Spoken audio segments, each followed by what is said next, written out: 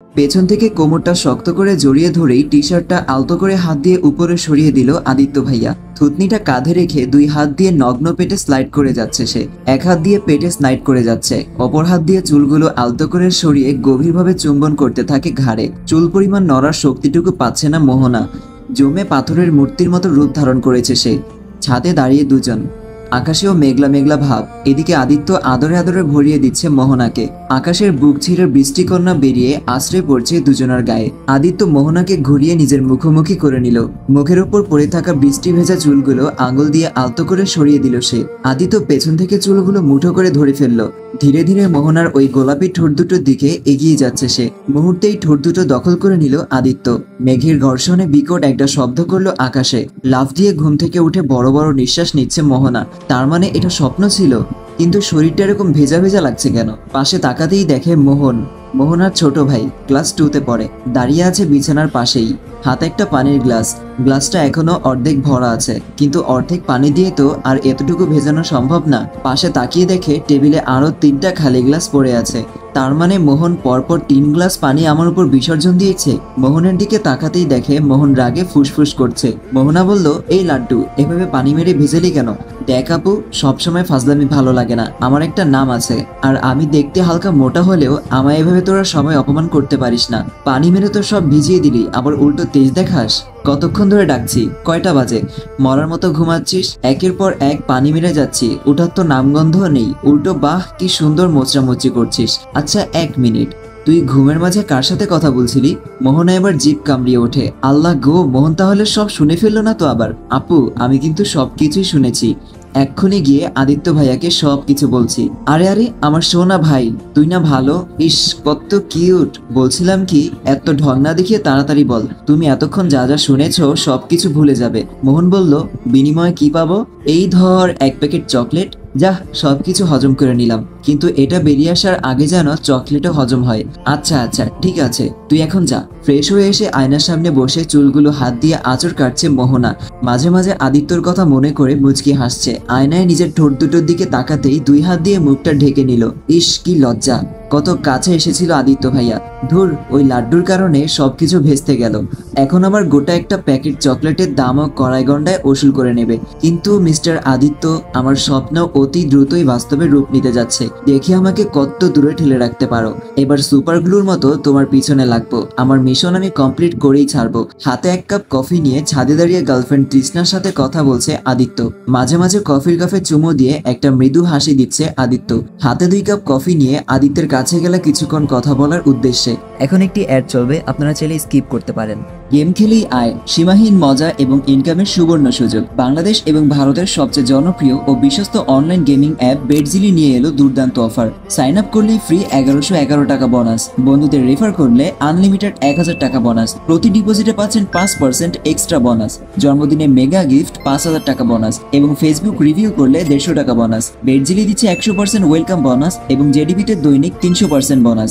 সবচেয়ে দ্রুত ও নিরাপদ লেনদেন বাংলাদেশে বিকাশ, নগদ, রকেট উপায়ের মাধ্যমে সহজে ডিপোজিট ও উইথড্র করুন। তো পিন করা কমেন্ট থেকে বিনামূল্যে বেটজিলি অ্যাপে রেজিস্ট্রেশন করুন এবং উপার্জনের যাত্রা শুরু করুন।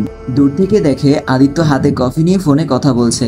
ধুর, এখন আর লাভ নেই তার কাছে গিয়ে। অপেক্ষা করো চান্দু, আগে শুধু বিয়েটা হয়ে নিক, তারপর যদি টাইট দিতে না পারি তাহলে আমার নামও মোহনা চৌধুরী না। সন্ধ্যায় মোহনা, অনিকা ও মোহন সামনে বসে আছে পড়ার টেবিলে। সামনে বসে টিচারের দায়িত্ব পালন করছে আদিত্য। বাবার কড়া নির্দেশ, সন্ধ্যাবেলায় তাদের সবাইকে কম করে 2 ঘন্টা পড়তে হবে। অনিকা হলো আদিত্যের ছোট্ট বোন, আর মোহন ও মোহনা হলো আদিত্যের ছোট কাকার সন্তান। আদিত্য পড়াচ্ছে 3 জনকে। মোহনা 1 হাত গালে দিয়ে হাঁ করে তাকিয়ে আছে আদিত্যের দিকে। হয়তো গালের ভেতর থেকে মশারা ভ্রমণ করে এলেও টের পাবে না মোহনা। অনিকা হালকা করে একটা কাশি দিতেই ধ্যান ভেঙে মোহনার। মোহন মুখ চেপে মিঠি মিঠি হাসছে। রাতের ছাদের কর্নিশ ধরে দাঁড়িয়ে আছে আদিত্য। মোহনা গিয়ে পাশে দাঁড়ালো তার। আদিত্য মোহনার দিকে একবার তাকিয়ে পুনরায় নিস্তব্ধ শহরটার দিকে তাকিয়ে আছে। মোহনা বারবার আর চোখে তাকাচ্ছে। কি করে কথা শুরু করবে ভেবে পাচ্ছে না। কিরে, কিছু বলবি? না মানে কি বলবি বলে ফেল। সত্যি করে বলো তো ভাইয়া, আমি আমি দেখতে কি খারাপ? কে বলেছে তোকে? মেরে নাক ফাটিয়ে দিব। তুই দেখতে খুবই সুন্দর। তাহলে তুমি কি আমার অনুভূতিগুলো একবারও বোঝার চেষ্টা করো না? তুমি কি বোঝো না আমি তোমায় কত ভালোবাসি? আর কিছু বলবি? আমি না অসহ্য হয়ে গেছি। একটা মেয়ে কতটা বেহায়ামি করলে নিজের ভালোবাসা প্রকাশ করতে সক্ষম হয়। তুমি আমায় বারবার বকা দেওয়ার সত্ত্বেও কেন আমি সাজুগুজু করে তোমার সামনে পড়তে বসি? আমার সৌন্দর্য কি এক মুহূর্তের জন্য তোমার চোখে ধরা পড়ে না? আমার কি ক্ষুদ্র ক্ষুদ্র পাগলামোগুলো এক মুহূর্তের জন্য তোমার মনকে স্পর্শ করে না? আদিত্য বলল, তুই সত্যিই একটা ছেঁচড়া। ঘরের দিকে হাঁটা ধরলো আদিত্য। খোলা আকাশটার দিকে তাকিয়ে একটা দীর্ঘশ্বাস ফেলল মোহনা। ভালোবাসার মানুষটার মুখ থেকে ছেঁচড়া ডাকটা শোনা অনেকটাই কষ্টের, কিন্তু এখন মোটামুটি সয়ে গেছে তার। এর থেকেও বেশি ছেঁচড়ামি করতে রাজি আছে নিজের ভালোবাসার মানুষটিকে পাওয়ার জন্য। পরদিন সকালে সবাই একসাথে বসলো নাস্তা করার জন্য। আদিত্যের ছোট কাকা মানে মোহনার বাবা খাওয়ার মাঝখানেই বলে উঠল, ভাইজান, আমাদের মেঘলার ছেলে শ্রাবণ আগামী মাসেই দেশে আসছে। মুহূর্তেই যেন অনিকার মুখে হাসির রেখা ফুটে উঠল। শ্রাবণ এলেই এবার মোহনা ও শ্রাবণের বিয়েটা সেরে ফেলবো। কথাটা শোনা মাত্রই যেন মোহনার মাথায় আকাশ ভেঙে পড়ল। খাবার টেবিল থেকে উঠেই দৌড়ে নিজের রুমে চলে গেল। আদিত্য ব্যাপারটা কিছুটা বুঝতে পারলেও চুপচাপ খেয়ে যাচ্ছে। এদিকে অনিকার মাথায় চেপে আছে ভিন্ন ধরনের এক টেনশন। আজ কলেজে যায়নি মোহনা, ঘরে একা একা নিজের ঘরে বসে আছে। মোহনা গিয়ে বসলো তার পাশে। মোহনা মোহনের দিকে তাকিয়ে জোরপূর্বক এক হাসি দিল। মোহন গিয়ে বসলো তার পাশে। মোহনা মোহনের দিকে তাকিয়ে জোরপূর্বক একটা হাসি দিল। আপু, তোর কি মন খারাপ? মোহনা ইচ্ছার বিরুদ্ধেও বলল, না, আমি ঠিক আছি। আর যাই বল, আমার নাকি খুশি লাগছে তোর বিয়ের কথা শুনে। তুই একটা কাজ করতে পারবি? অবশ্যই পারবো। বল কি কাজ? তোর আদিত্য ভাইয়াকে একটু আমার কাছে ডেকে দিতে পারবি? ভাইয়া তো বাসায় নেই, আসলে বলবো।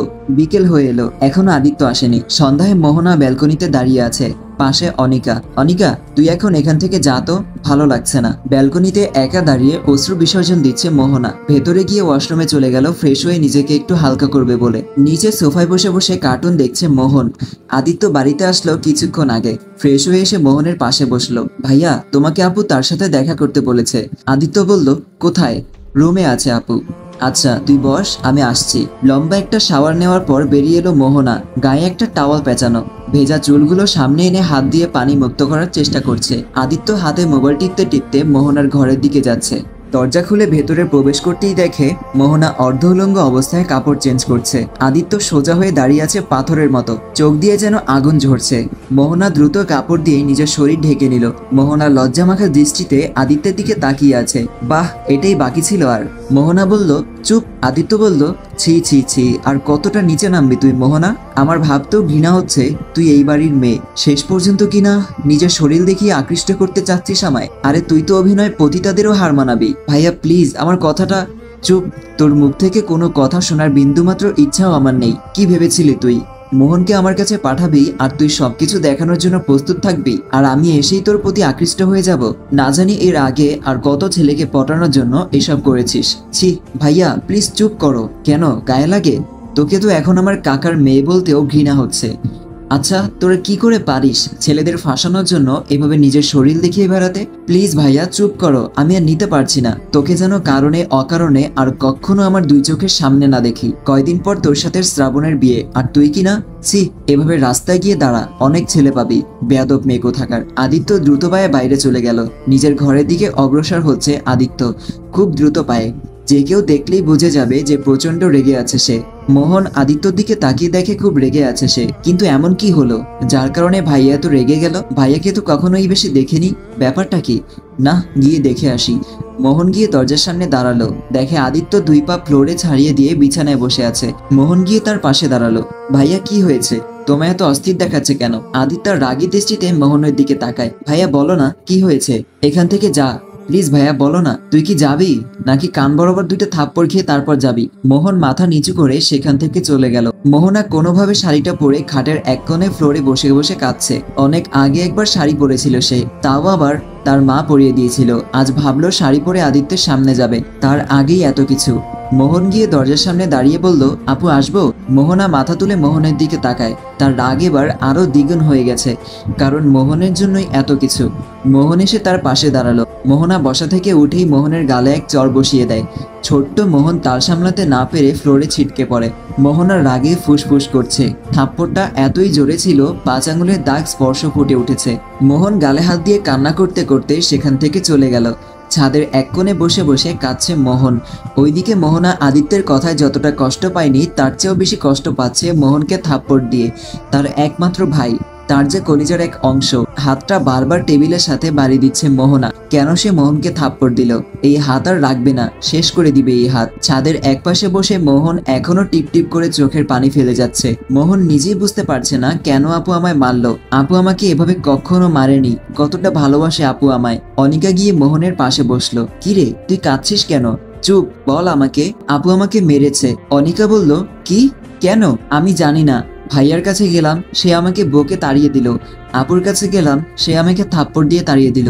এদিকে আয় আমার সাথে। অনিকা মোহনের হাত ধরে টানতে টানতে নিয়ে গেল মোহনার রুমে। মোহনা, এসব কি? এত ছোট বাচ্চাকে কেউ এভাবে মারে? গালের মধ্যে এখনো দেখো 5 আঙুলের দাগ বসে আছে। মোহনা দৌড়ে গিয়ে মোহনকে জড়িয়ে ধরে কেঁদে দিল। খুব লেগেছে তাই না? মোহন বলল, ছাড় ছাড় আমাকে, তোর সাথে আর কোনো কথা বলবো না আমি, তোর সাথে আমার আরই। মোহনা এবার আরো শক্ত করে জড়িয়ে ধরে মোহনকে। প্লিজ আমায় ক্ষমা করে দে, আর কখনো তোকে এভাবে মারবো না। ভাইয়ার কাছে গেলাম, সেও বকে তাড়িয়ে দিল। তোর কাছে আসলাম, তুইও মারলি। আমি কি এতই পচা হয়ে গেছি? রাতে খাবার শেষে নিজের রুমে বসে আছে মোহনা। খাবার কোনো ইচ্ছাই ছিল না। না খেলেও মা কানের কাছে এসে বকবক করবে কারণটা জানার জন্য। তাই এত ঝামেলা না করে হালকা খেয়ে নিজের রুমে বসে আছে। নিচে ফোনে কথা বলছে শ্রাবণের সাথে মোহনার মা অন্তরা বেগম। সিঁড়ি দিয়ে উঠে মোহনার রুমের দিকে অগ্রসর হচ্ছে সে। হবু শাশুড়ির কাছে হবু বউয়ের সাথে কথা বলার ইচ্ছে পেশ করলো শ্রাবণ। অন্তরা বেগম মোহনার রুমের দিকে এগিয়ে যাচ্ছে, আর ওইদিকে অনিকার বুকটা দুমড়ে মুচড়ে শেষ হয়ে যাচ্ছে। অন্তরা বেগম রুমে গিয়ে দেখে বাইরের দিকে দৃষ্টি দিয়ে ব্যালকনিতে দাঁড়িয়ে আছে মোহনা।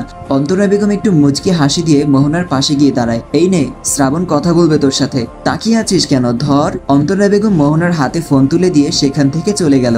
হ্যালো, আরে ম্যাডাম যে, কেমন আছেন? বলছিলাম, হবু বরটার খোঁজ খবর কি একটু নেওয়া যায় না? আছি ভালোই। কি মন খারাপ? সমস্যা নেই, বিয়ের পর অলওয়েজ তোমার মনকে খুশি রাখার দায়িত্ব আমার। মোহনা একটু বিরক্তিকর সহকারে ফোনটা কেটে দিল। টেবিলে ফোনটা রেখেই শুয়ে পড়লো। পরদিন সকালে মোহনকে নিয়ে বেরোলো মোহনা। সামান্য কিছু কেনাকাটা করতে হবে। গাড়ি থেকে নেমে শপিং মলের সামনে দাঁড়ালো দুজন। তার একটু দূরেই আদিত্য তৃষ্ণার হাত ধরে বের হচ্ছে একটা রেস্টুরেন্ট থেকে। আপু দেখো তো, মেয়েটার হাত ধরে রেস্টুরেন্ট থেকে যে বের হচ্ছে সে আদিত্য ভাইয়া না? আসসালামু আলাইকুম। এখানে গল্পের পর্বটা শেষ করছি। গল্পটা আপনাদের কাছে কেমন লেগেছে অবশ্যই কমেন্টে জানাবেন। আর হ্যাঁ, যারা আমার চ্যানেলে নতুন আছেন তারা প্রতিনিয়ত আমার গল্পগুলো শোনার জন্য অবশ্যই আমার চ্যানেলটাকে সাবস্ক্রাইব করে রাখবেন। ভিডিওটা ভালো লাগলে অবশ্যই লাইক করবেন। সো দেখা হচ্ছে পরবর্তী ভিডিওতে। সবাই সুস্থ থাকবেন, ভালো থাকবেন। আল্লাহ হাফেজ।